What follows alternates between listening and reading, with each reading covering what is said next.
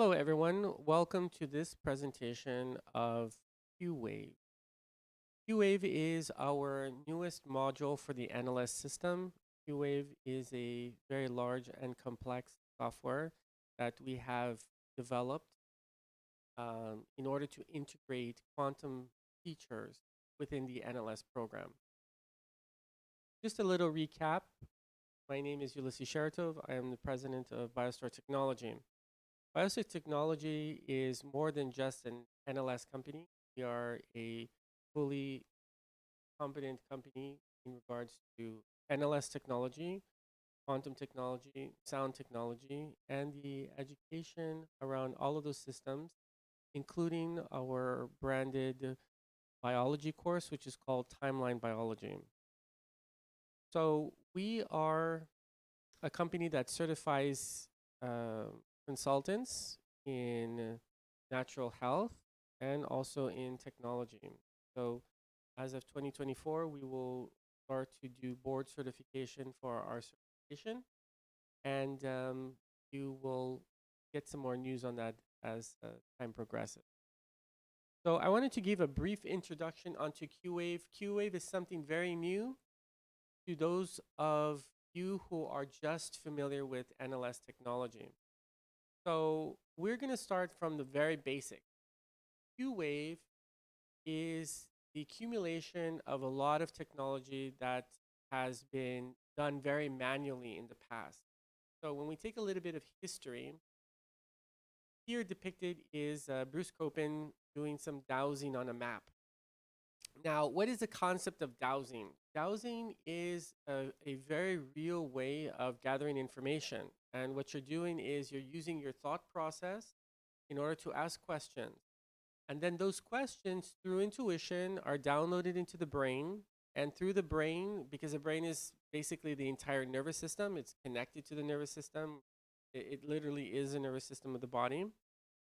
Then all that information travels into the nervous system. So all the way down to the fingertips, and that fingertip then becomes the amplifier. Okay, that string amplifies that wave, and then that wave can be that wave manipulates the weight at the end of that wave. Okay, so if you think about a basic pendulum, that string itself is a resonator. Okay, it's an amplifier of information. And that is essentially what we have in our Tesla coil.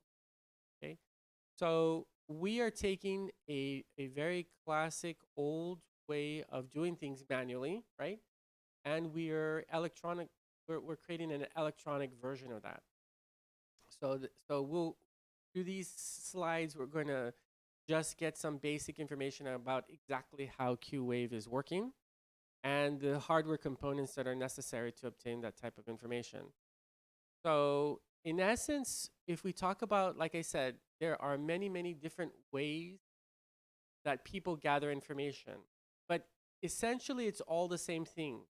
Essentially, when you are a human connected to the ether, you are downloading information, and that information then is amplified somehow.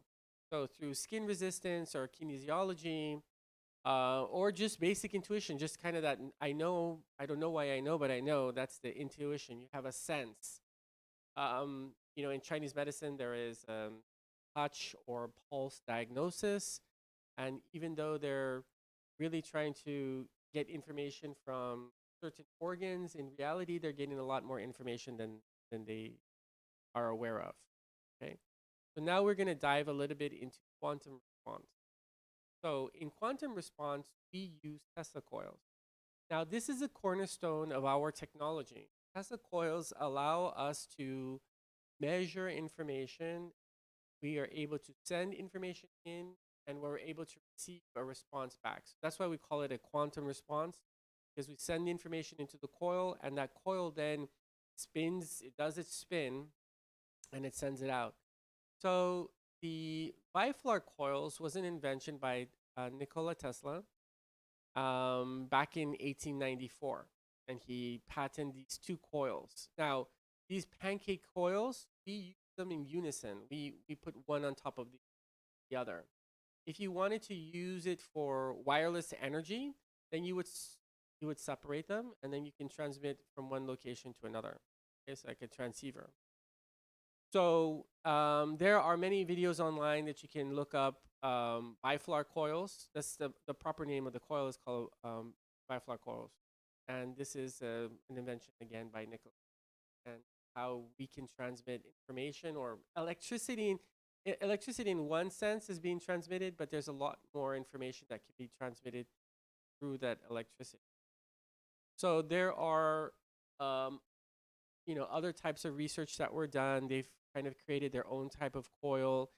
If you visit any type of radionics convention, you'll see that Tesla coils are not necessarily part of the radionics world, but they have adapted the Tesla coil as a way to amplify vibration. Okay, so just to make that clear, Tesla coils are not really a radionic instrument. Tesla coils are really an amplifier and a booster of signals. Okay, so there's a research institute in California that talked about that. They developed this coil to different types of measurements in the quantum world. Um, Now, there is a very famous professor, Konstantin Meil, in Germany, who's written several books on this topic. One in particular is scalar wave medicine. Now, as you can see here depicted, he has the biflar coils separated, and you actually sit in between them to get the resonance transmitted to you directly. Okay, so this is kind of like what we are planning to do in the future with our next version of our BioStar. We are planning to also implement um, this type of frequency, local frequency that you can sit. Part of your headphones will have that. So we're kind of designing that right now. But it's been documented, it's been published, it's been proven many, many times that this wave, this scalar wave, is actually something real, something measured, and it's part of our mathematics and science. So at the heart of our BioStar Q, you can see that we use the Tesla coils. Our brand new BioStar NLS Pro also has a Tesla coil, and now our BioStar Mini has them as an external cup. Okay, so we've been using external cups to adapt older hardware in order to give that signal back and forth. So we can send that signal through the cup. So we still call it a cup, but in reality, it's an antenna. Now, our cups are a little bit different. This is a quadro cup, so that means that there's actually goes in one direction this way, and then it actually flips on the other side of the board. So we actually get that whole vortex. So we've developed them in several different forms of the cup. See that it's possible to really develop this technology in the most simple form. You can even have that you can plug it into your phone. We'll be able to capture a lot of information. Now, those of you who have this black cup or silver cup, this is called a resonance chamber. It's not suitable for quantum. So there's really not that much of the information coming back and forth. I know some people are using it in that manner. It's completely okay because we have technology that create a much higher compensation for all of that. So I'll mention that briefly. I don't want to get too much into detail because I want people to understand this information so that you have the confidence that the technology works, that you actually have something physical, something real, and it's not a a video game basically, or something that doesn't have the tools or the antennas that are necessary for this type of things. So I just want you to have this information so that even if you don't understand it now, you'll be able to just look at it and say, okay, I have the quantum cup, I have the Q cup, and the Q cup is the antenna, just like you have an antenna on top of your television.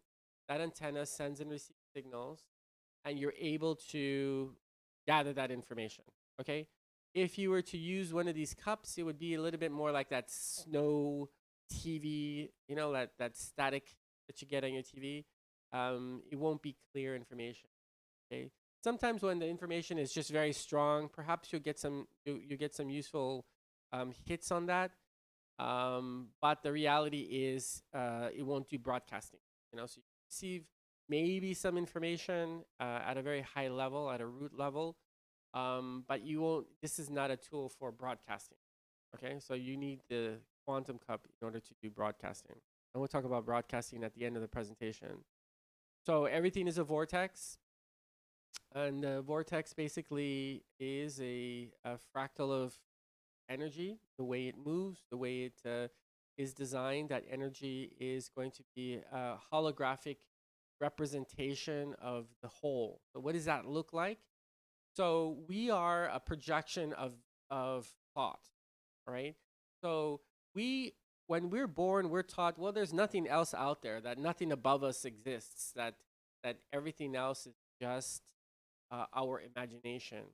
But in reality, our real form is the quantum state, because we are thought that has become, has manifested, has transformed into the physical. Okay?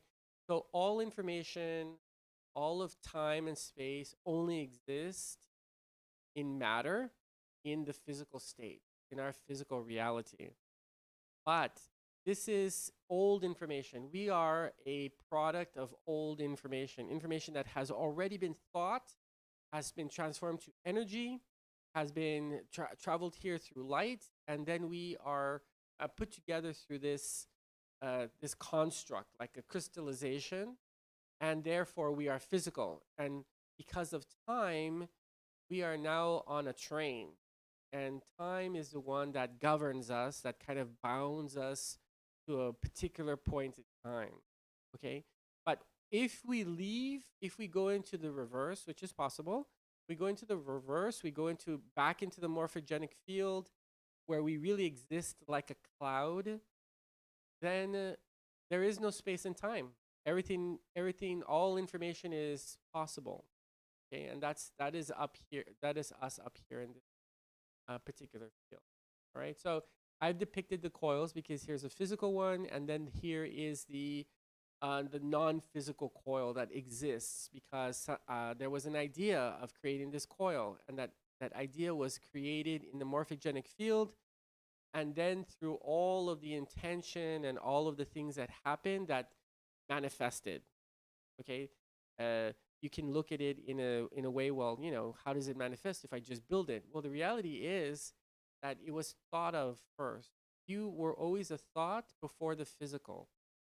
Okay, so that is why your voice is very powerful. That's why your intention is very powerful, because once you say you are going to be someone or you're going to do something, you're invoking creation, and that creation, it starts to make the gears in the clock turn.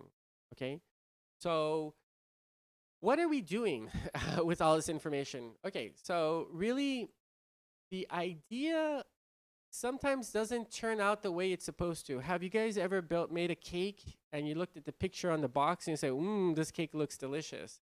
And then so you grab all the ingredients to that cake, your eggs, you're like, oh yeah, I have eggs and your flour and so forth. You put it into the oven, and then when you pop it out, that cake doesn't look like the box, right?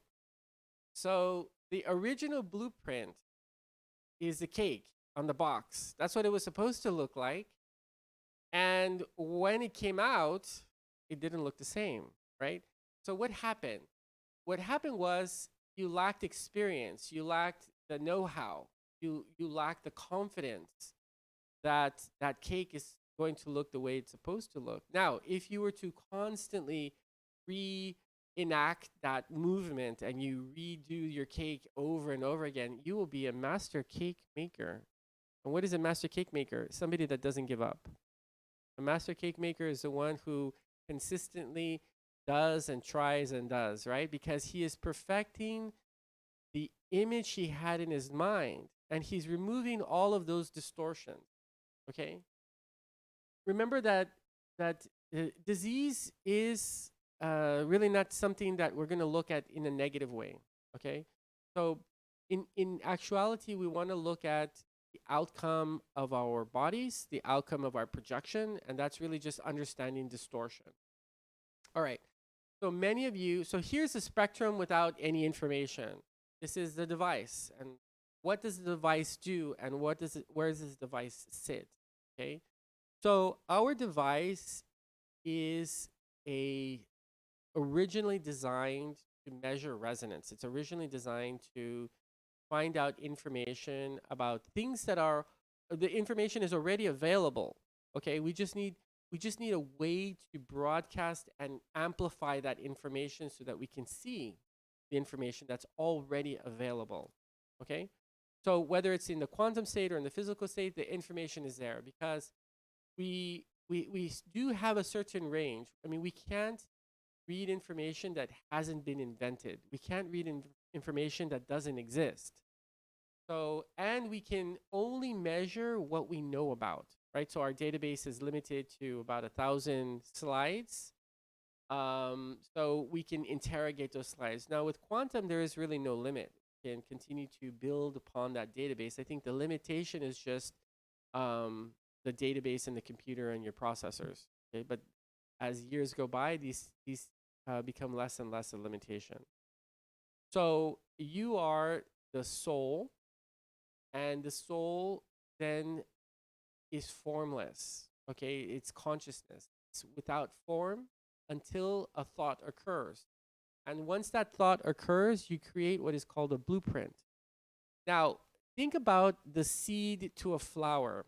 Within that seed contains all the information about how that flower is going to look, how that chemistry in the flower is going to be available, and it even includes its life cycle, how it's going to recycle itself back into earth. Okay, so all the information from the very beginning to the very end is already contained in the blueprint. Okay, so when we talk about SAR codes, when we talk about blueprints, these are just all different forms of the template, right? So there's multiple words that mean the same thing. And when you find that there is multiple words that mean the same thing, it means that we haven't developed consciously in order to understand the proper word or or all agree upon the same. We haven't all come together to agree that this really exists. So right now it exists in multiple pieces. Like a broken glass, you'll put those pieces together and you'll see that each one of those words were necessary in order to form the thought. Okay? So that's how things work. The consciousness, the mind, the intention, this is how things get transformed. Okay? So as those things get transformed, it creates a direction, and that direction is a downward. We call it a downwards, but it doesn't necessarily mean downwards. But when you think about the Earth is negatively charged, right? There is no such thing as gravity. There is only electrostatic magnetism. So everything that is positive gets attracted down to a negative. Okay, that's what pulls us down. And so information becomes positively charged and it gets pulled down through information to energy and eventually into the body. Okay, so we have photons, it becomes electromagnetic, it becomes particles, and then it reaches our light bodies, our chromosomes, our physical matter.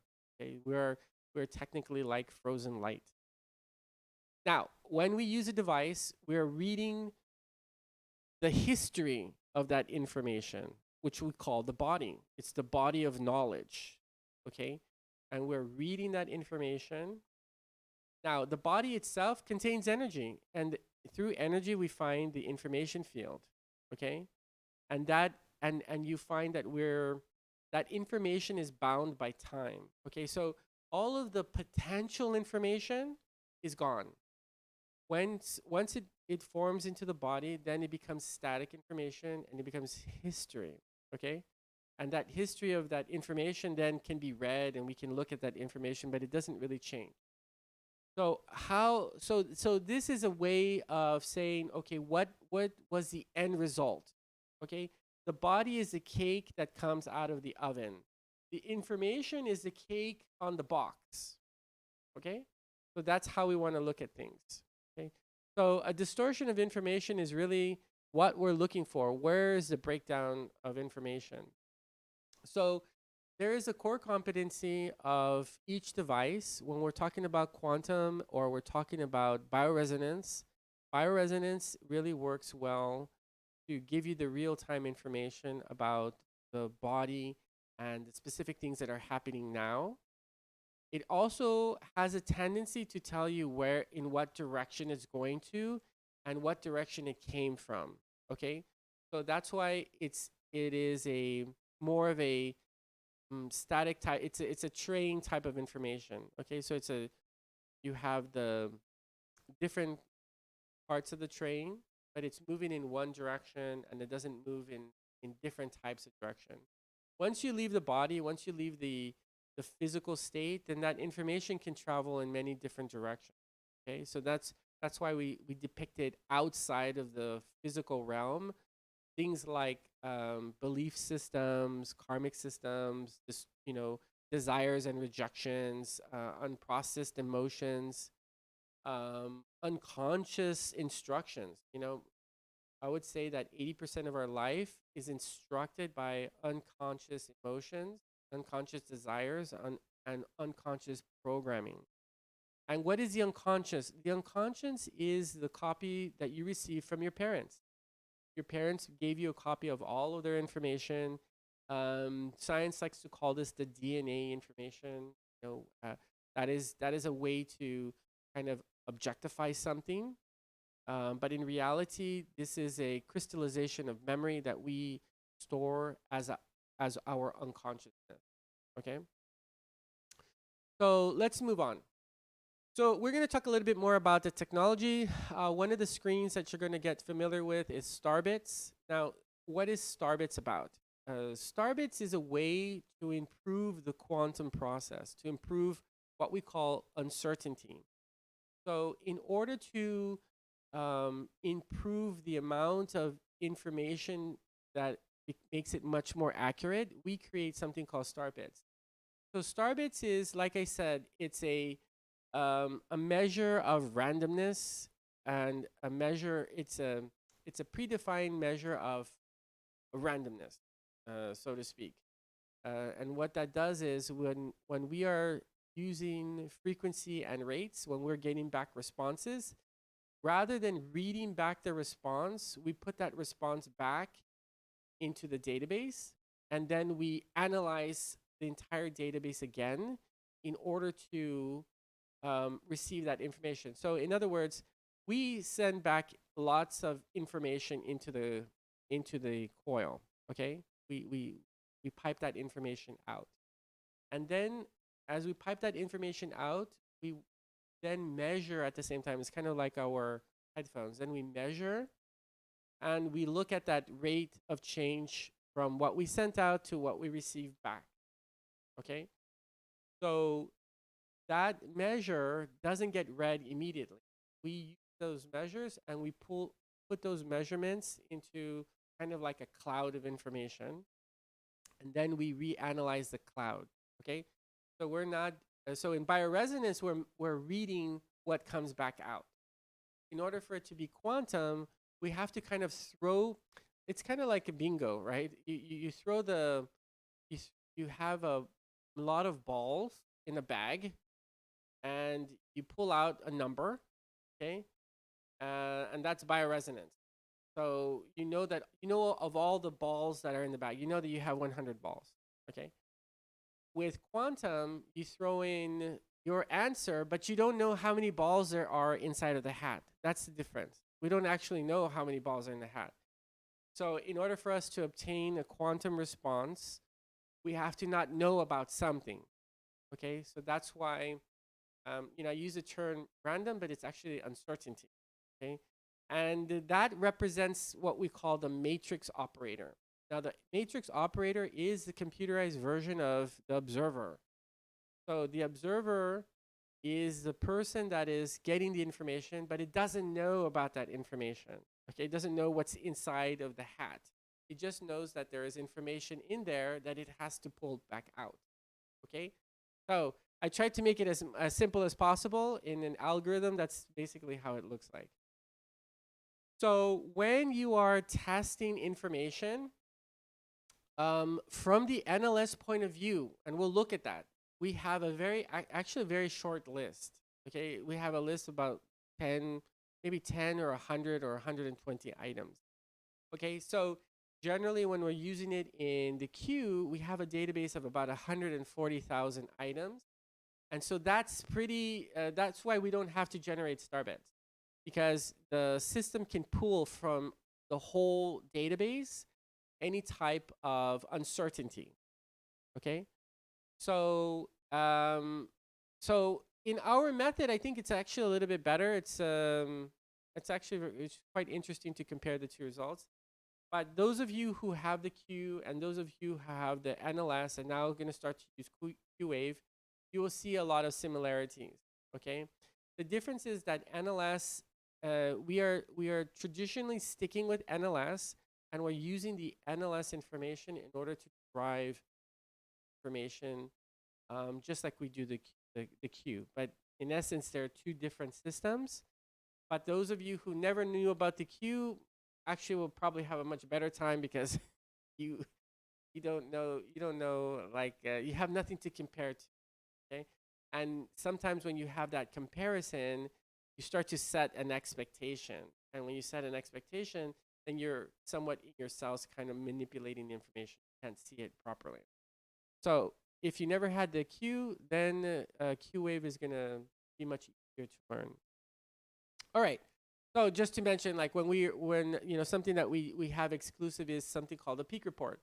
We'll start to try to develop some of these reports, but the Q is really the most beneficial tool for developing,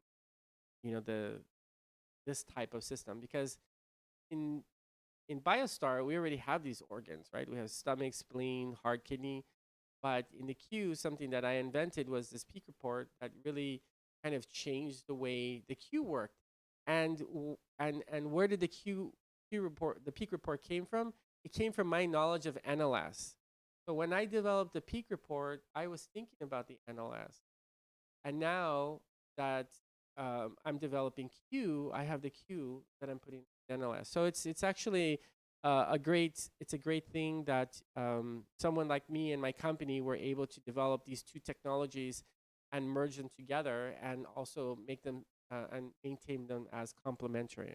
Okay, so now you're going to learn terminology that we use in the Q.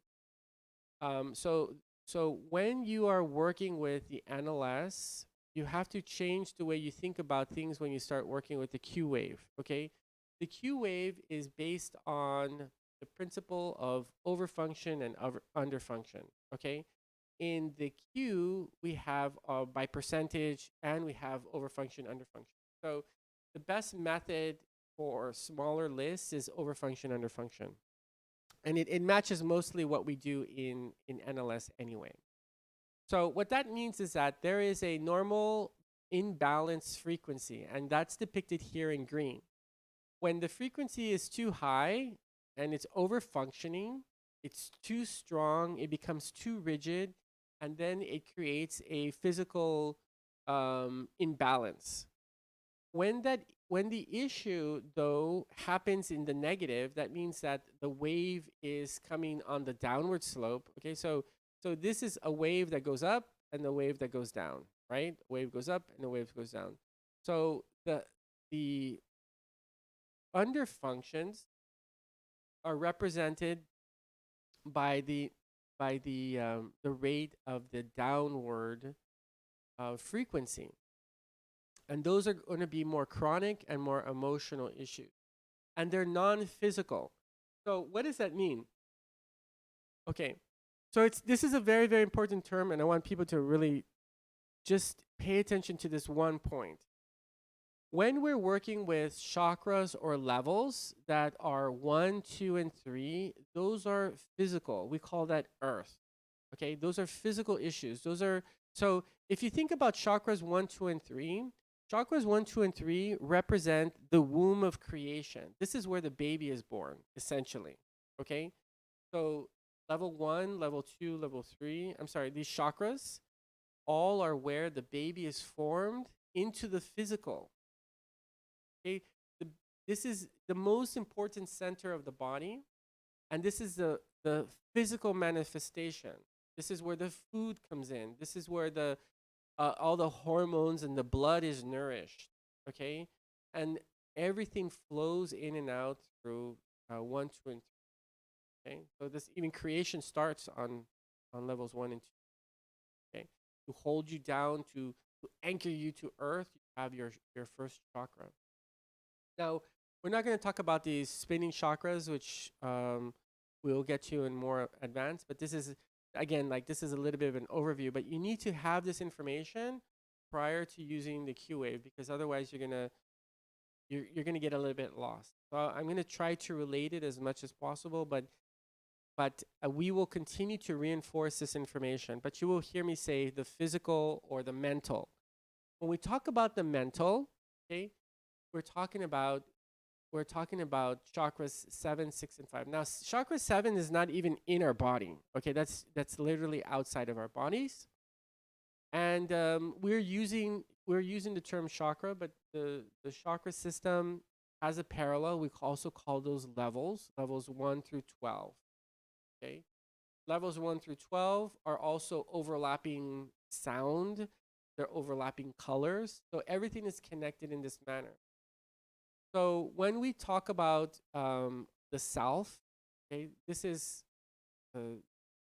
something that we will have to touch on later. So in the introduction, I only want you to understand that there is a physical and there is a mental. Okay, so when it's mental, it's not physical. These are things that are like the glue. These are things that hold things together, that connect things.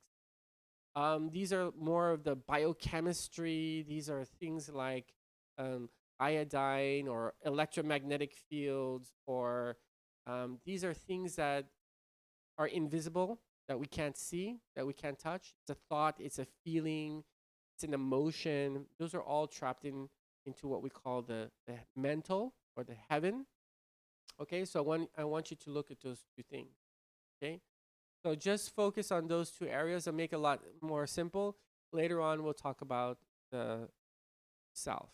Okay, so how do we relate to the NLS? Okay, well, the levels or the chakras have all been mapped out already. So you're looking at a spectrograph, and the spectrograph, if you turn it sideways, you're going to also have the same levels.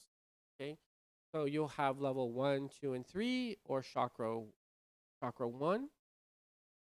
And that will be everything over here. These were all your physical, and then here are all your emotional, right? So I've been teaching you this already, and so you should know that things that are open up down below are more physical, more earth, and over here more emotional, right? So everything has that duality. We do those duality in two. So this is a very important chart. This is our color chart. This chart tells you a lot about colors, how you relate to things. Some of the chakra relationships, we talked a little bit about that spinning chakra and how it goes in and out of the body. You can look at that here. I'm not going to explain it in this introductory session. But that you can see that everything that is a potency of an MM or QM. So we'll talk a little bit about potencies. So potencies are going to be important in the quantum world. A lot of people get confused about potency. I'm going to make it a very simple analogy, okay? Potencies is basically the frequency that has been optimized in order to enter at the right point in time. It creates a frequency that is less of a burden to the body. Okay, so when we talk about like toxicity, there's the inner cell and the outer cell. So when you have an herb, like Isandra or Reishi or Hutinuya, okay, those herbs, they travel in the blood and they're extracellular. They're on the outside of the cell, and they work to influence the cell. So that is something without a potency. That is basically an herb and a tincture. Now, of course, those tinctures can get stronger, and the stronger they are, the less you need, or the easier it is to go into a compromised digestive system. Okay, but anything that is inside the cell has to be a homeopathic or a frequency. Okay, so in order for you to get something that is intracellular, you need to have a potency. So few frequencies that are scalar wave, those are all going to happen at the intracellular. It's going to happen at the speed, instantaneous speeds, because we're talking about scalar. Scalar means that it's working in the morphogenic field, it's working outside of the physical. So that's why we do everything in potency. Now, you don't necessarily need to use potencies. Potencies just basically mean that you get there faster. Okay. So think about the body as a tower. Okay, and it's even a tower. If you look up, as you look up to the tower gets very tiny at the very top. It's exactly the same way optically. Okay, you have, if you're standing here, you could see it's very wide at the very bottom of the tower. But then as you look up, it gets very thin. So potencies are the same thing. The frequencies are very big and very wide at the bottom. And as you go up the color spectrum, if you go up there, it goes into the millions. Okay, so it's telling you where the frequency wants to go. Okay, what is the path of least resistance? So if you create an MM potency, that means that it doesn't need to start at the bottom level, right? Now, if you have something at the bottom level, it should stay in its appropriate level. If you don't use a potency, it just tries to enter the body, into the cell, but it's more influential. Okay, so it's kind of like you're at the bottom and you hit the fire alarm. Okay, well that sends a signal throughout the entire building, right? Or you could go to every floor and so forth and so forth. Okay, so um, let's get to how to use Qwave. Okay, so in this example, in this PowerPoint presentation, I've taken some screenshots just so we can go through the steps so that we can go, I go a little bit slower, kind of just slow me down. So here you have your advanced analysis, you have your fresh scan of the day. Okay. So what we're gonna do is we're gonna go after we're gonna use our COD, right? So here we have the COD, and we're gonna get into our advanced analysis. Back looks like we click on that button. So we'll go into advanced analysis. And then as you can see, we've selected pathology, and then we're gonna look at all of the items here. Now, I want you to pay attention. So there's a Q method and there's the NLS method. I have been teaching you the NLS method, and you've been very successful at that. Now, when you want to use the Q method, I don't want you to really try to compare both of them. I really don't want you to compare both of them because what happens is, so we're going to look at what it looks like. So I will compare it here for those of you who are curious, but I would think that it's best to kind of pick and choose what method you want to use for your client. So you can continue to use the NLS method, or you can just switch to the Qwave method. Okay, you can do both of them as well, but I don't want you to get confused, right? Because they, like I said, the Q and the NLS are coming from different directions. The NLS method is going to be very specific to this one particular scan, and we've also tried to narrow that down for you as well. We've tried to contain that so that it gives you a little bit more exact, right? So with the BioStar Q, you can't do that. It does the whole body no matter what. So in our development, we've tried to narrow it down so that it's focused more on this one particular area to give you the information that you're looking for.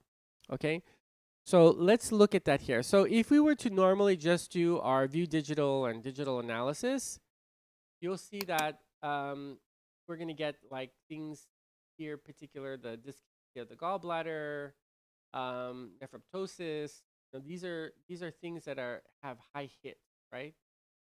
So that is good. That's giving you real-time information about that particular organ. So let's look at it, how it looks like in the NLS method. So when you hit Qwave, let's go back so you can see me clicking on Qwave. You're gonna get a screen pops up. Now, just keep in mind, I just want you to pay attention. And I know there'll be a close-up next, but I'm not sure what the screen after that is. So once you get to this screen, make sure that you pick either NLS or webcam. Okay. So we actually not you can cover your webcam if you're concerned with like a clear piece of tape. It's better if there's light going into the webcam. So we're using the webcam sensor in order to develop Starbit. So we're not recording anything. If you're paranoid, that's great. So just cover it with like a little piece of clear tape. Not clear tape, but what is this called? Scotch tape. You know, it's like that frost tape, so that some light can come in as well too. Okay, because that helps with the randomness. Remember, we're not using these randomness numbers. What we're doing is we're creating a pool in order for that the results don't know, the computer doesn't know how many items are in the hat. Okay, it's really just a way of like making the computer not know the information, okay, before it's tested. So even to look in the folder, you know, according to some of our algorithms, it's better just to let it do what it wants. So we're using the sensor there. Now, your NLS headphones also have a sensor. We have we're using that light sensor inside of the headphones. So if you look inside of your headphones, you're going to see there's a photonic sensor and an infrared sensor. So that sensor is the same of what we're using inside of the headphones. It's not a camera in your headphones. It's basically the same light sensor. So that is helping us to generate our information. So you can use your NLS or you could use your webcam. So if you don't actually have so this program cannot use an NLS. You know, we can switch over to the hardware. So I mean, you kind of have to think about it. We can also use the hardware from your optical mouse, right? So those of you who have a mouse that has a red light underneath it, that again, that's another hardware sensor. So you'll be surprised how advanced technology, how advanced these computers that we have are able to come a long way. Before, the mouse was very simple. It didn't have these optical sensors. So anyway, it's neither here nor there. The webcam has a bigger sensor. It's much more powerful. So if you can switch it to webcam, it's much better. It's a little bit slower in the beginning because it generates a really big cloud and it's much more detailed. Okay, but if you're in a pinch, just use your NLS. Kind of show you NLS webcam mouse. I think by default it's optical mouse. That uses the least amount of resources. It's the fastest, but you have to move your mouse. Okay, you have to kind of continually move your mouse, and that like I said, you moving your mouse is and you're kind of like in tune with your questions also is somewhat the same as a pendulum. So this is a really nice little features, nice options. You know, it's up to you and how you like to use it. But I would leave it either on webcam or NLS. That's the most simplest. With optical mouse, you have to remember to move your mouse. And I don't do that. I have a trackball, by the way, which is just is the same, but it's upside down mouse. Okay, so once we click analyze, it's going to go through a grounding. Okay, so that means that the operator, you know, most of our operators, you guys are a little bit less grounded. That's why you have more intuition. So we're going to ground you a little bit in order to also receive a little bit more accurate results. So you'll see grounding, and then you're gonna make sure that you pay attention to here, to this area here, this test GV. Test GV, I'm gonna update these icons. I don't really like them, but for now in this presentation, this is what it looks like. So on this test GV, you're gonna constantly click this button. So the first time you click on it, it's going to do a grounding session. And then what you'll notice is there are going to be 24 items, and we'll do it live. There's going to be 24 items here.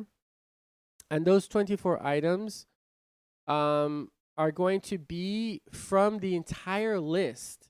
Okay, so here on your NLS, we'll go a little bit back. So here in your NLS, we start to work, usually on these here, point 32. You see how they're like 31, 31, 30, 29, right? So, but the list is much longer. If we go down the list, it's much, much longer. So we're going to grab things that are from the entire list. We're going to analyze the entire list and not just, how you currently are working at the top ones, right? Again, these are different types of measurements. Okay, so don't get confused. So now, what I want you to learn is that when we're working with these lists, the reality is we also have a spectrograph.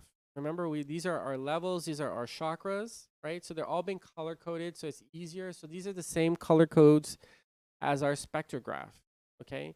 Now we have it arranged in a value, and we also have it arranged so that we are working also on the top of these resonating values, okay? So if we were to look up these items, if we're not familiar, here's also kidney, right? So we had in our NLS session, we had some mention of nephraptosis, which is basically nephrons of the kidney. So we also see that here, but we also see some other types of things here. Okay, so if we go, so I did a little bit of a comparison.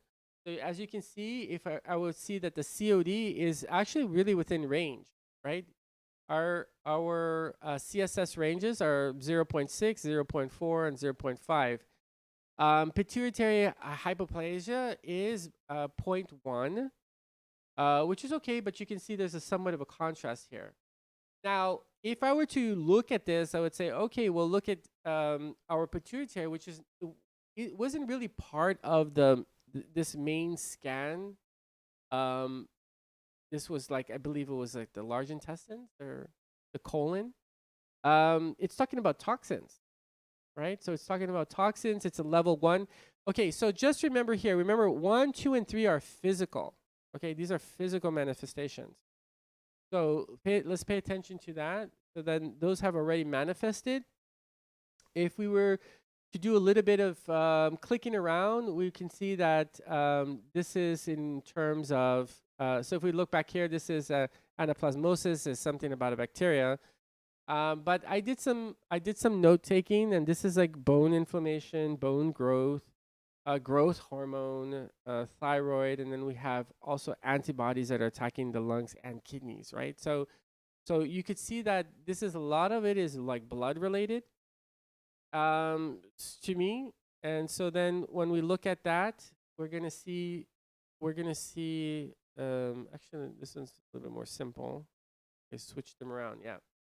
So if we pay attention, even if we pay attention to the top 5, we could see that there's a repetition of information here, right? So this is kind of like you're looking at your graph, and there's a repetition of information here. Hormones, hormones, hormones, hard kidney bladder, and then you can see like toxins, toxins, toxins, right?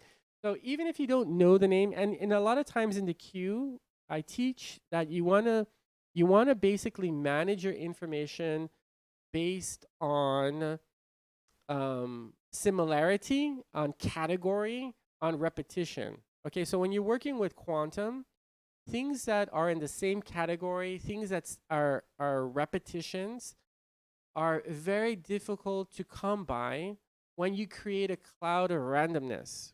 Okay, so that is what quantum is about. Quantum is about saying that it's so random that it would be impossible to have things that are in the same category, in the same group.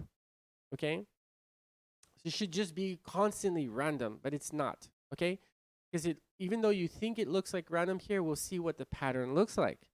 So if you do a Google search for a video called the double slit experiment, you will see that as information passes through the 2 slits, it eventually forms a wave pattern. Okay, so true quantum will always show you there's a wave pattern. So let's look at that. So if we were to go, I'm going to take a click back, and we're going to see, okay, so we just kind of look now, everything is hormone, kidneys. So the majority of items here are on the same category. Now we have some outliers. We have like stomach, a little bit of the thyroid, and a stomach again, and thyroid again, right? So, but those are the minorities. Those are the outliers. So in quantum, so in NLS, we talk about looking for the outliers. Let's look at for the things that stick out. Now, in quantum is the opposite. Let's look at all the things that are matching. Okay, you got it? You see, so that's the contrast. In the NLS, you usually are looking for the outliers, the one little change. That one little change is important in NLS. But in quantum, you want to look at repetition and pattern recognition, because that's how quantum is. It's pattern, because it's a cloud that forms into a pattern, okay? And the pattern is important to understand, and the pattern will tell us the information that we're looking for, okay? So in our next slide, right? So we went from this, we looked at the top 5, we kind of marked them down, and now we're going to see that there was a pattern. So when we look at the pattern, okay, so we'll take our chart, and we can see now, if we to map out our pattern, we see that everything has formed into 3 major groups, okay? And that's going to be the heart, kidney, bladder.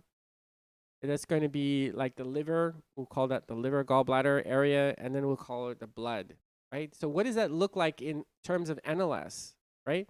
So in terms of NLS, we have 3 big spots on our graph. Now if you're an NLS person, you're like, oh, I understand that. Oh yeah, it looks like we have to do a lot of detoxing, right? I mean, the simple thing is, yeah, we do have to do some kind of detoxing, and we have to understand what this, kidney, heart, bladder is, right? So, but we have much more of the scale opening up on the left side.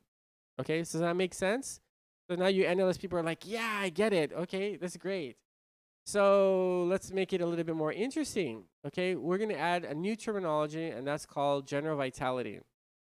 So in something that NLS doesn't have as a concept is something called general vitality. Now, general vitality is something that is used in radionics. And now everything is measured based on general vitality. So general vitality, for those who've been using the Barstar Q, we use general vitality to see how everything else relates to it. It's relative to the physical or to the mental, okay? So general vitality is not a measurement of good or bad, okay? It's basically telling you how much effort of work does this person have to go through, right? So everything can look good. Many of you in the NLS say, oh, everything looks great. It's all yellow. But in reality, that's not necessarily the big picture, okay? It's also about how much effort of work there is needed to change. And so we kind of look at that, we kind of look at that as a physical or mental. Remember I talked about the 1, 2, and 3 chakras, and then the upper chakras as well. The 7, as relative of work, right? So in general vitality, it's measuring the overall coherence, the overall harmonious state of the system. So there was one example that a teacher gave, and he says, well, think of it like a symphony, okay? When you go to like a professional orchestra, you're gonna hear how beautifully they turn. They're like, everything's tuned beautifully. But when you go to a junior high and you listen to the same instruments, even played by the same, by the same students, they're not gonna really hear the difference. They're gonna be like, oh, I'm kind of close. I'm there, right? So it's not. It can be a sense of maturity, right? What does that mean? Okay, it could be like the cake analogy, right? It's the box is a perfect symphony, and the cake that came out of the oven is the reality. So if the cake really looks bad and it really looks burned, well, there's a lot of effort to become a professional, okay? So general vitality is a good measurement to tell you what you're dealing with, where you're at with this particular type of person, okay? So it's a good measure to tell you about coherence and how much you have to broadcast, how much you have to give them supplements, how much work you have to do. How bad is the area? Because general vitality is what the quantum world has. In the physical world, you have time. Okay? How long has a problem happened? How long is it going to take for me to heal? Okay? So in the physical world, we call it time, and in the quantum world, you call it general vitality. That's just a general vitality, of course, can have other names to it, but that's the one that we've mostly kind of agreed upon. So, what is general vitality? Again, it's the higher number of vibrations from your blueprint to the distortion. So, your blueprint is the box, the cake box, the picture of the cake on the box. And the distortion is what came out of the oven, right? We are the physical, okay? The oven is energy. So, blueprint goes into the oven, the energy, and out comes us, the physical. Okay, so blueprint, oven, physical, right? So how much, but there's an observer, there's still the chef. The chef is the one that needs to refine its talent, its work. There's work to do to be more like the blueprint, okay?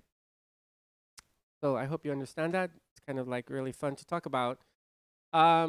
So when you see that, you're gonna see this graph at the bottom, general vitality. Now this thing can be like all over the place. It just depends.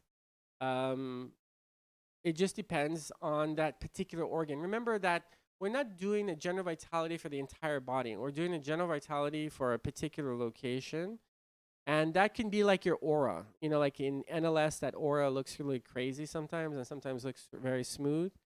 Okay, so it's the level of effort it takes to make it look smooth. So in this instance, general vitality is higher than the neutral, which is green, right? Higher than balanced. The green is kind of balanced, but it's not the green like the kidney bladder that we saw. This is, again, the scale. We're working on the bottom. This is a scale that represents more this, okay? And so we'll talk about that. Now, the solution is what we call the potency. And the potency is what we broadcast. So in Q, you have to manually make potencies, and it's kind of like an option.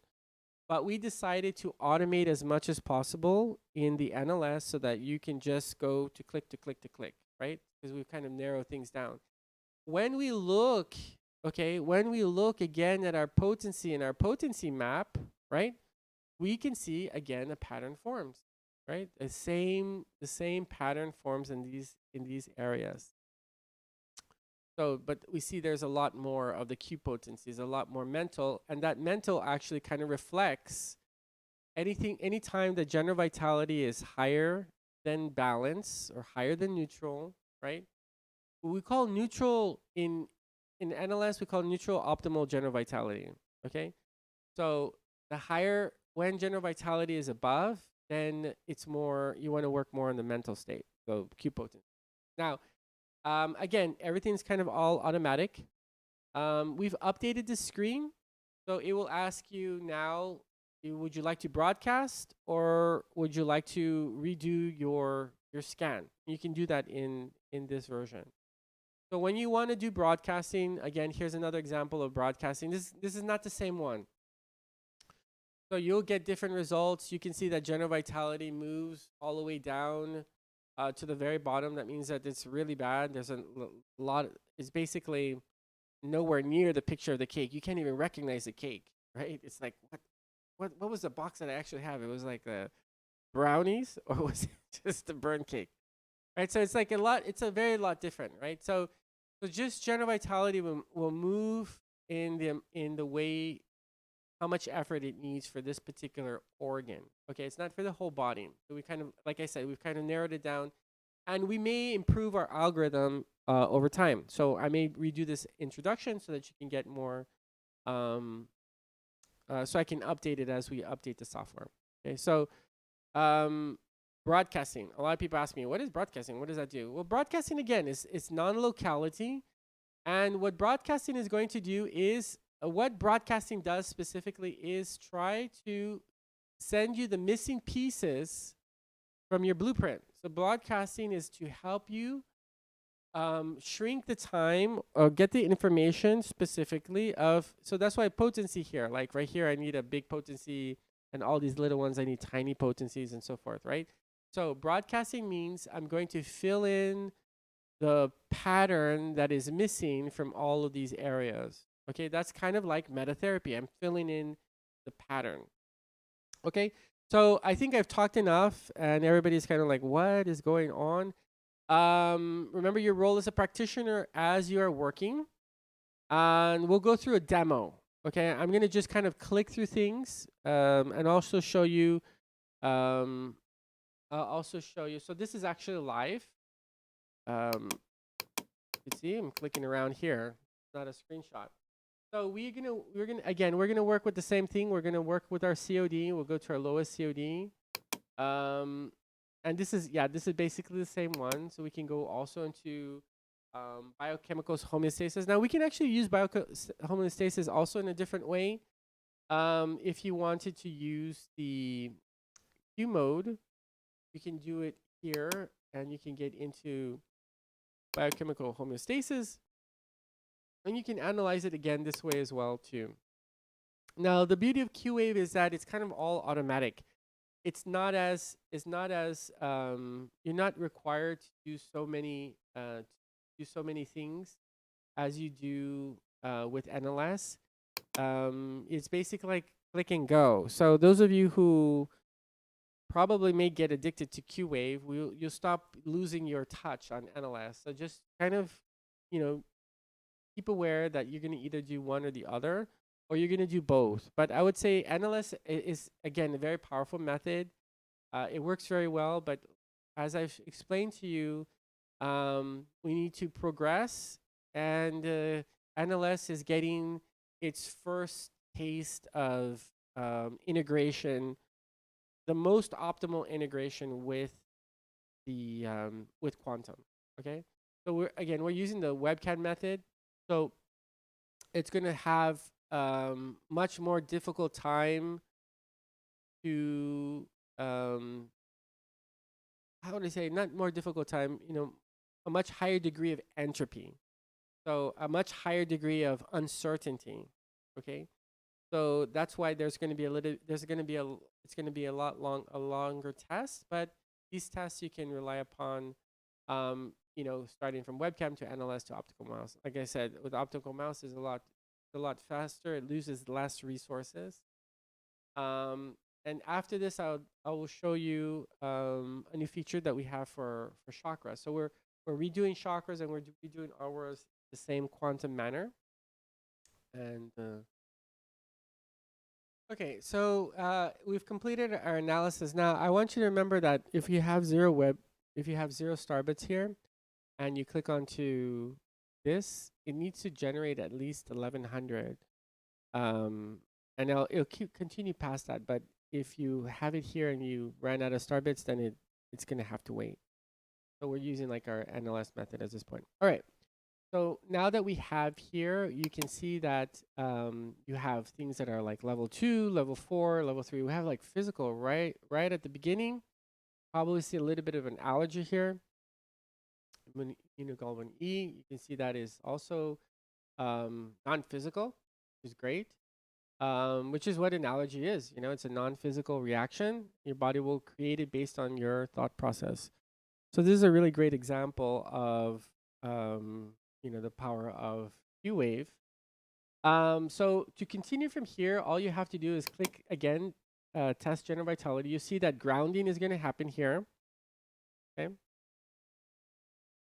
And I have autocast on, right? Now, if you have a Q cup, or if you have like this external Q cup, right now you can also plug your Q cup. If you don't have like a BioStar Pro, but you do have a Q cup, then you can plug it in directly to your sound card. Okay. And you can broadcast that way. Okay, so those of you who don't have a BioStar Pro, you can use a Q cup, that has that analog headphone port, and you can just plug that into your sound card, and then it'll broadcast through there. Now, if you have a BioStar Pro, leave it on mute, and it will go through your cup. Okay. So so then once grounding is complete, you see there's nothing there, right? So you have to go to the next test. You keep on clicking. You see general vitality. We should put like a step 1, 2, 3, like a little bit of a like a path here to kind of guide you, but probably not necessary once you just learn to keep on clicking. Okay, so it's just it's like I said, you just keep clicking through it. It measures general vitality at 545.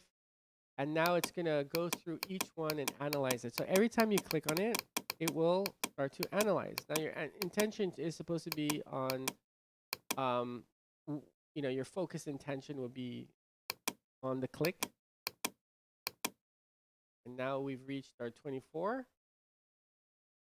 And then we click one more time. Now here it says, do you want to broadcast? And you say, yes. Now, we're not going to talk about clear and test again. You can skip just if you don't want to do it. You just want the information for like a report. But you can also click broadcast. So broadcast will automatically grab the top 3 that are the highest and the lowest 3, right? So it's going to do that, that balance. It's going to take the things that are out. So top 3 already tells you. You can see the lowest one is number 8. What is the lowest one? Follicle stimulating hormone in the blood. You see it got a 6, very low. And number 13, which is way too high, vitamin B2. Most likely you're not getting enough B2. So that is a great way to see a little bit more information, right? Antidiuretic hormone, corticocopin, right? Too much stress, hormone imbalance. I mean, so very, very accurate, really great information. And all you have to do, you can leave it running. Okay, you can leave it running and you can go back to your analysis back here. Okay, so we can minimize that. We can go and click around here. We could do other stuff. You can do sound therapy if you want to for your client. Here we'll go to energy analysis. Now we're going to talk about BioTuner. You need to make sure you exit out of Qwave before you click on BioTuner. The new feature as well too. But let's look at Metavox. And you can see testosterone, hormones, you see? Everything's kind of related here. Okay. What else do we have here? Epstein-Barr virus, elbow joint. All right, so you can also do your sound therapy with your client. If you want to do it at the same time, you could do that. You can do your export. And we'll let broadcast finishing. Now, broadcasting is interesting because if you leave it running, it will try to reanalyze and it will try to continue to broadcast to make sure that it's going down. So we're going to just close out. I don't have a cancel broadcast button yet. So stay tuned for that. And so we're going to close out of this and we'll look quickly. We've already been here like an hour and 8 minutes. Thank you for your patience. I'm glad you guys are happy, but everybody's been asking me for a training.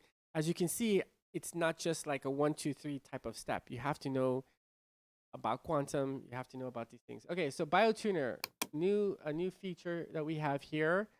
And of course, we're going to improve it, but it's functional as a core process. So you can analyze the aura of the person. Okay. Now this is in general for the whole body. So aura, chakra, body zones. We just decided to put the button there, and we will update this picture. But you'll get some information about the root chakra. So here's our first aura, second aura, third aura. So these are kind of like our templates, very low. Yeah, kind of not doing too well here, huh? So here's some things that are physical. We have our physicals here, right? So level 2, level 1, those are our fish auras. And we can also do our broadcasting, right? So if we do broadcasting there, we have to wait till that's finished in order to go to our chakras. Once you click on the button, it actually starts to do our analysis. Okay, so just keep that in mind. So we can also switch over and look at our chakras. Um, and we have our solar plexus was not doing too bad, and some other things, some things we need to fix on that list. So in essence, we have our new tools that we're talking about. This is our newest one. So this one I would hold off a little bit, but I just wanted to show it to you since you guys were here. It's also based on Qwave, and enjoy. If you guys have any questions, definitely put them into our Telegram group. This is a subscription feature, so if you are going to get a subscription, you will have all of these nice, new, beautiful tools inside of your NLS application. In the future, we will have a program called QVision, which will essentially be your NLS machine, but a pure quantum software. Okay, so those are kind of some fun little information that you only get from me. Thank you, everyone, and have a good rest of the day or evening wherever you are in the world. This is BioStar Tech.